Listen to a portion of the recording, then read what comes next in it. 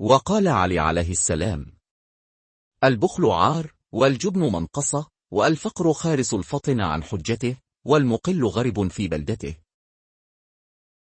امام علی علیہ السلام فرماتے ہیں، بخل کرنا ننگ ہے، بزدلی عیب ہے، فقر چالاک انسان کو دلیل و برہان قائم کرنے سے روک دیتی ہے، نادار اپنے شہر ہی میں پردیسی ہوتا ہے۔ امام علیہ السلام نے اس حکیمانہ قول میں دو بری خصلت اور فقیر و نادار کے بارے میں تلخ حقائق بیان کیا ہے۔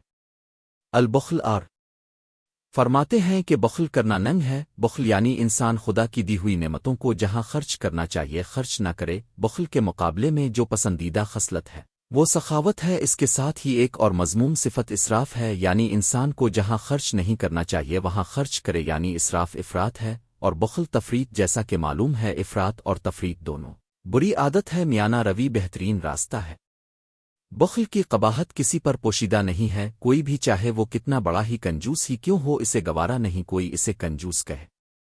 سورہ نساء میں اللہ تبارک و تعالیٰ فرماتا ہے، جو لوگ بخل کرتے اور ساتھ ہی دوسروں کو بھی بخل کرنے کا حکم دیتے ہیں، اور جو چیز اللہ نے اپنے فضل سے انہیں دیا ہے اسے چھپاتے ہیں، اور ہم نے تو کفران نعمت کرنے والوں کے لیے ذلت آمیز عذاب تیار کر رکھا ہے۔ رسول خدا سعاد فرماتے ہیں کہ کنجوس اللہ سے دور ہے، لوگوں سے دور ہے، اور بہشت سے بھی دور ہے، لیکن دوزخ سے نزدیک ہے۔ اللہ تعالیٰ جاہل سخی کو کنجوس عابد سے زیادہ پسند کرتا ہے۔ سب سے بڑی بیماری بخل ہے، والجبن منقصے۔ دوسری بری خصلت بزدلی ہے، جس کے بارے میں امام علیہ السلام فرماتے ہیں کہ بزدلی نقص و عیب ہے۔ بزدل انسان کبھی بھی اپنے اندر چھپی ہوئی صلاحیتوں کو ظاہر نہیں کر سکتا، اور نہ ہی اپنی جان مال اور عزت و آبرو کی حفاظت کر سکتا۔ امام نے مالک اشتر کو مصر روانہ کرتی ہوئے سفارش کی کہ بزدل سے مشورہ نہ کرنا، ساتھ ہی بزدلی کے سرچشمے کی طرف اشارہ کیا کہ انہیں اللہ کی ذات پر بھروسہ نہیں ہے، حالانکہ اللہ تعالیٰ نے وعدہ کیا ہے میں مومنوں کو اکیلا نہیں چھوڑوں گا۔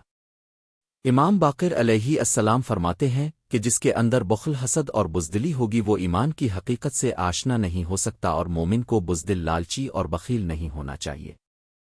رسول خدا سلم فرماتے ہیں کہ بزدلی، کنجوسی اور لالچ تینوں کا سرچشمہ ایک ہے، وہ سوگ زن ہے۔